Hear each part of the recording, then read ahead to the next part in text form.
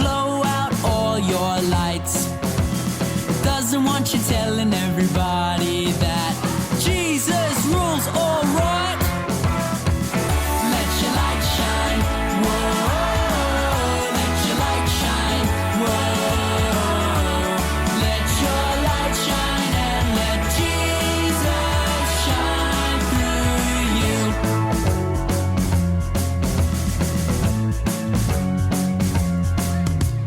Giant fears are really small when all you see is God.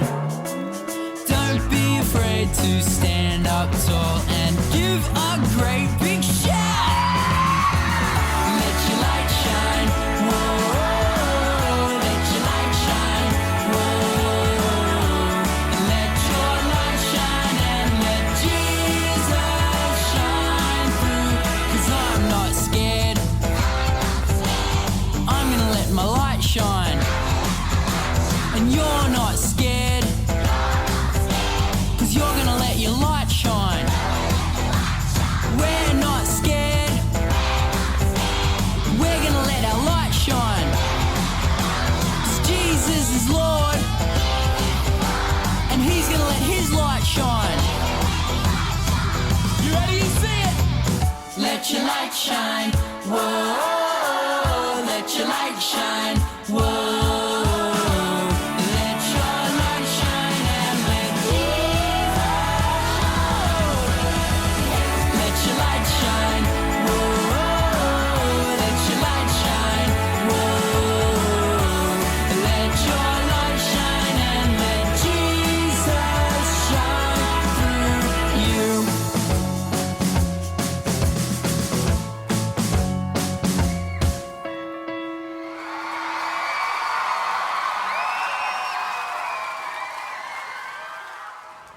Good morning, kids. We're the Forest family, and today we're going to be talking to you about transforming communities through the love of Jesus. We're actually going to look, first of all, at who is Jesus. So who is Jesus? Here are some of the things that Jesus said about himself. Hey, Zeph, you stand up for me. Okay, stand there, okay? Jesus said, I am the love, I am the way, the truth, and the life. No one comes to the Father except through me. he also said, Anyone who ever believes in me, in Jesus, will not die, but have everlasting life. So next we're going to have a look at how Jesus showed love to his communities. Okay, so how did he love people? Should we have a look at some stories to remember some of the people that Jesus loved? Because he loved everyone he met, didn't he? Do you remember what happened here in this story? Who was this Old lady, old lady? What did she do?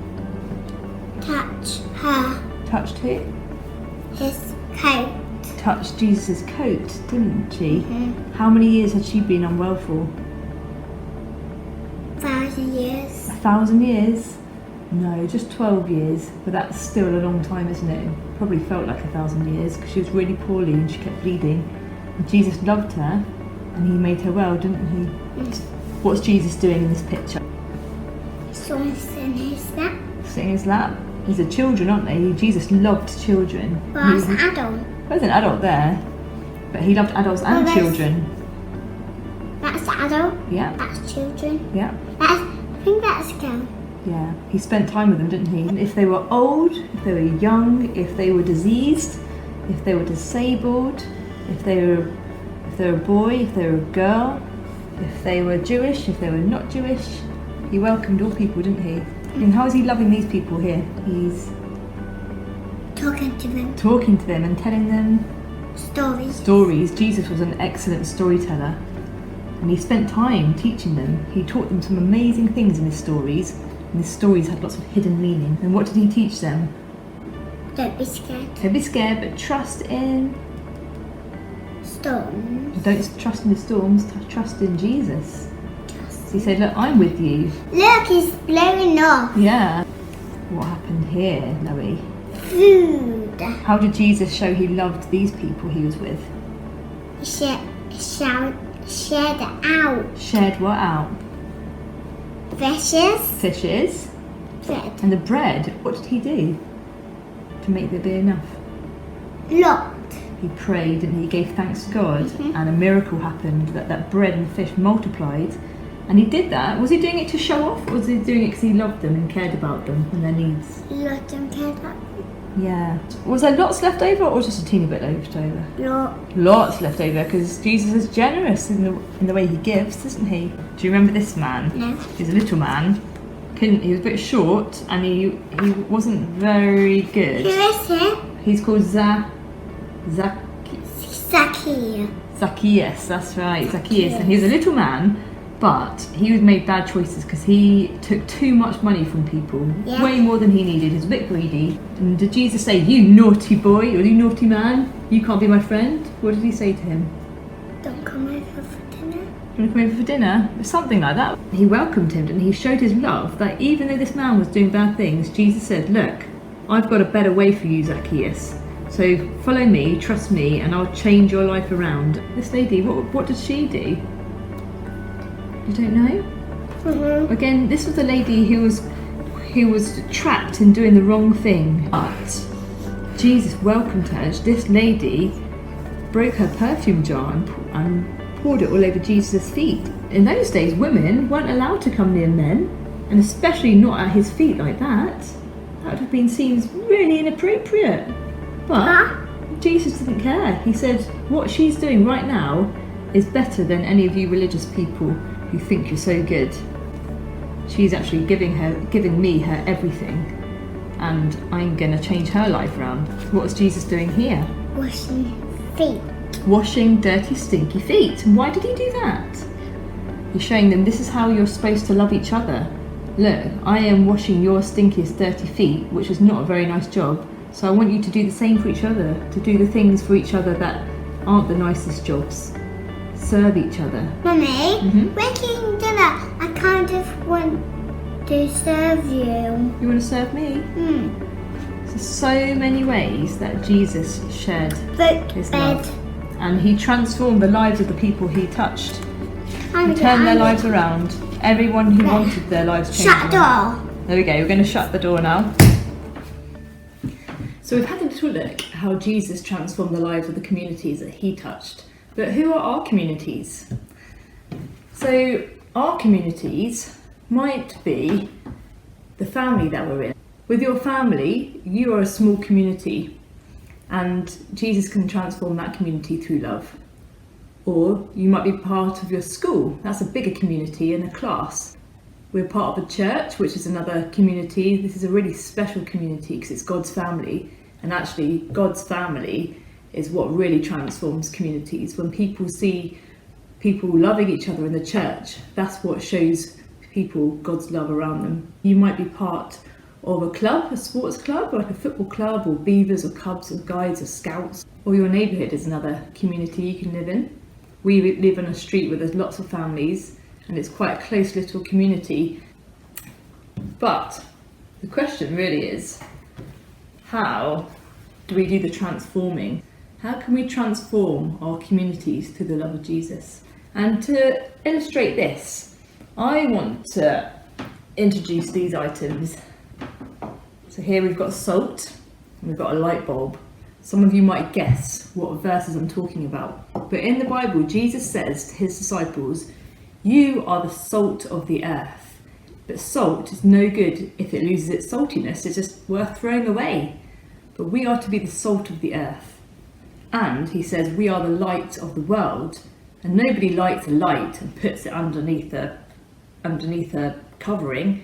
But a light is there to shine out. So don't be ashamed of the light that's in you. People need to see that because it's what draws people into God's heart.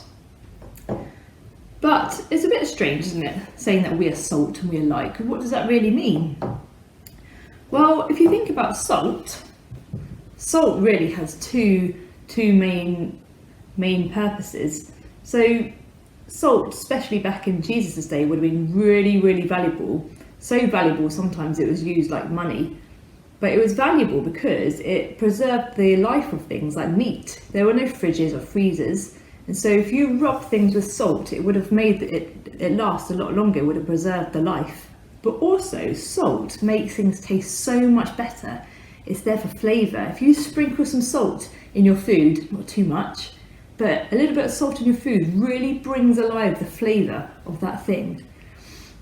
So that's really what we're going to think about, is how we can be salty in our communities and really bring out the flavour and make them better. And also, how can we be like light? In a dark place, just the tiniest amount of light can really light up the way. In the darkness, people need light to see where they're going, and they need the light to show them the way. And we can be like that. Some people live in the darkness of not having God's truth, and really not having a direction in life, not having a hope even.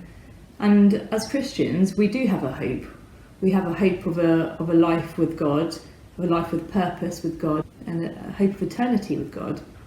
We have the message of Jesus' good news, that Jesus is the way, the truth and the life, and that no one can come to the Father except through Jesus. And whoever believes in me will not perish, will not die, but have eternal life. That is such good news.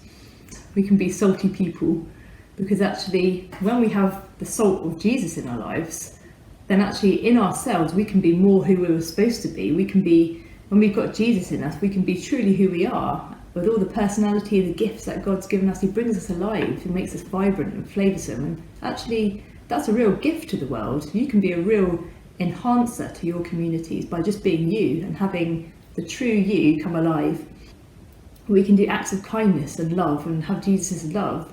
If we're spreading that into the communities, we're sprinkling those acts of love and kindness and grace into our communities, and actually those communities will be better places. We are going to do a few activities involving salt today. First, we're going to have a go at making salt crystals. So to begin with, you need a glass of water and you need to pour in salt and keep pouring it until it no longer dissolves. Oh boy, this is taking around.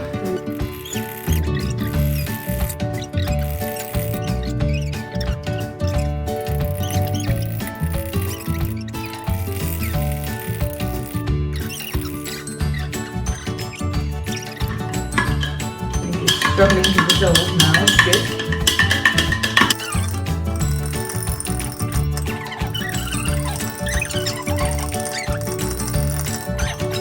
I think that's good because basically the salt is stopping dissolving at the bottom. So what we need next is a bit of string. And on the salt on the end. Well, on the bottom of the string, I've actually tied a grain of salt. You can see here. It's not a grain of salt, it's a bit more. It's a Himalayan grain of salt here. But if you don't have a grain of salt that big, you can also tie just a nail to the end of the string instead. We need to tie this top end to the pencil there, so you basically need to tie it on there.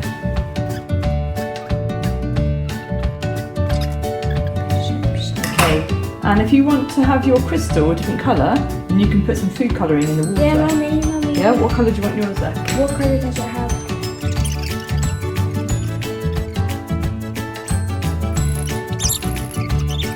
Dangle the string inside the water.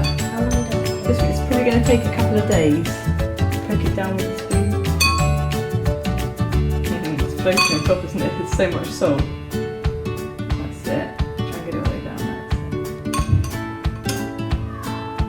Put the pencil down. It's like wet.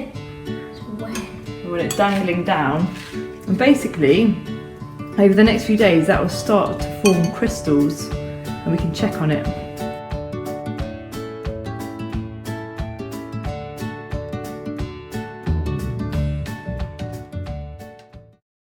For the next activity, you're going to need a bowl, a cup, some salt, some flour, a rolling pin, a pokey stick for making holes, and some cookie cutters, tea lights if you want them, and some paint.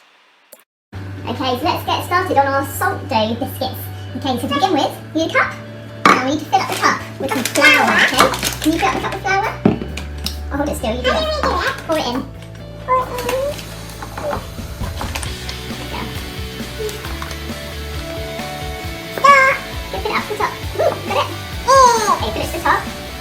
going everywhere, isn't it? That's okay, so we need flour on the surface later. Okay, right, is that looking at it? Oh yeah? Okay, great. Put that in the bowl. Now we need half a cup of salt. Mummy will do this one just so we get the right amount. Okay, tell me when it gets halfway, Lily, okay? Is that sugar? No, salt. Salty. Is that halfway? Is that half? A bit more. Yeah. Okay, good little tap. Yeah, that is halfway. Pour it in. That's very salt. Mix that around then. Mix the salt and the flour. We're going to make into some dough. And do you know what, Lily? Yeah. The salt in this dough will make it last a long time. All of us. Yeah. It's going to make it last a long time because that's what salt does. It preserves things and makes it last longer. So like we are supposed to be salt of the earth, we make things last longer, don't we? We preserve things. Yeah,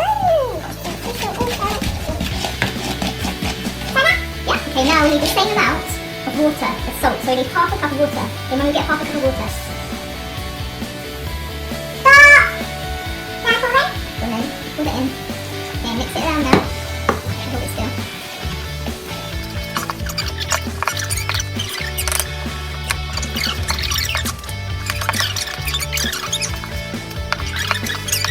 The good thing about this activity is you don't really need to wash your hands because you're not going to be eating it. Because as nice as salt is in some meals, you wouldn't want to eat salt just by itself like this. And then you roll it into a ball. Yeah. Okay, let me help you get it into a ball so we can get on with rolling it. Ready?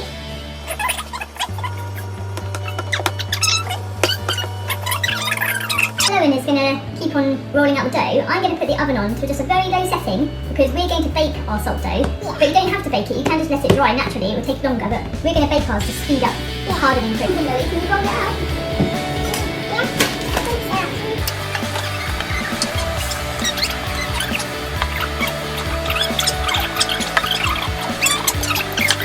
So, biscuits, but we're not going to eat them. And do you know what you could do if you want to be really organised? You could start thinking about Christmas. I know it's quite far away. We do actually have some Christmas cookie cutters, and you could always make some good decorations. Great for people. Catty, you could give your Christmas decorations to people at Christmas time. It's really super organised. So we might do some of those. That's a nice way of blessing your community, your neighbours, or your friends by making a little something for them.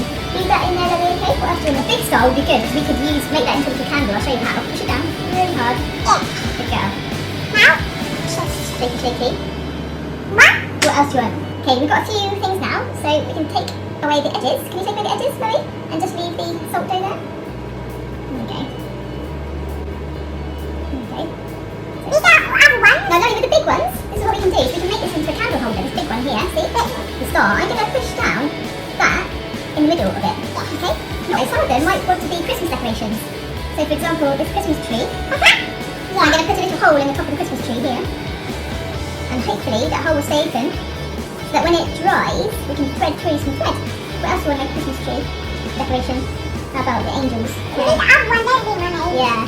Alright, so we're going to put ours in the oven now. Yeah. And we're supposed to leave them for a couple of hours on a really low heat. So let's see how they look in a couple of hours. We can make some more, aren't we, Mummy? Yeah. What do we look? Exactly. I need to get it in the oven. Let your light shine. Whoa! Let your light shine. Mama, I'm rolling it!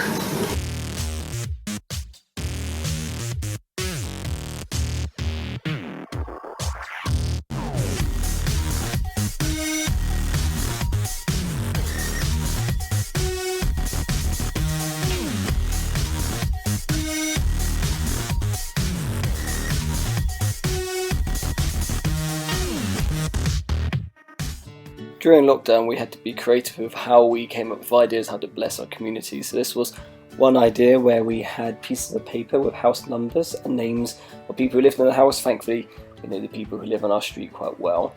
And on some days we might take one each from a jar and pray for the people in the house. Another idea was that we had these stones, we collected them and painted them. We each had our own one. And on the back we had thank you, sorry and please. So we would take time just to think about things we might want to ask God, what we're thankful for, things that we want to ask God for, things we want to say sorry for, and that might include things to do with our community. Other things was in this jar we had stones with letters on, and we would take in turns picking out a stone with a letter, And maybe that might have been N, and we might pray for the NHS, or it might be P, we might pray for the police, or it might be E, we might pray for encouragement, or it might be a letter of someone's name that we might want to pray for. And another idea was that we came up with this heart where we put down a bunch of values that we appreciated as a family, and each day we might pick a value and think about how we might encourage that value in our family. And the hope there being that if we encourage good values in our family, then we can also take those values that we build in ourselves out to those around us and in our community too. We hope you enjoyed Children's Church today, about learning how we can transform our communities through the love of Jesus by being salt and light. Being salt and light. And that we can be salt and light, thanks Eden, by the way that we love our communities. And we love like Jesus loved. So when we have the love of Jesus in our hearts, He's the one who transforms us and transforms the lives of people that we interact with. And remember that even if we can't be seeing people right now, we can still be praying, and God still uses us through our prayers. Okay, see you later, everybody. Bye.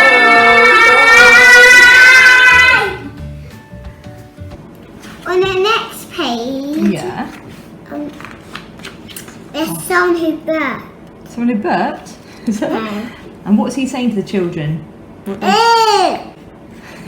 was this Old lady old lady? who died. Did she die? Yes. No, she didn't die. Let's do a bit of clearing up, shall we? Who's going to clear up? Loey or Mummy? Mummy. Oh.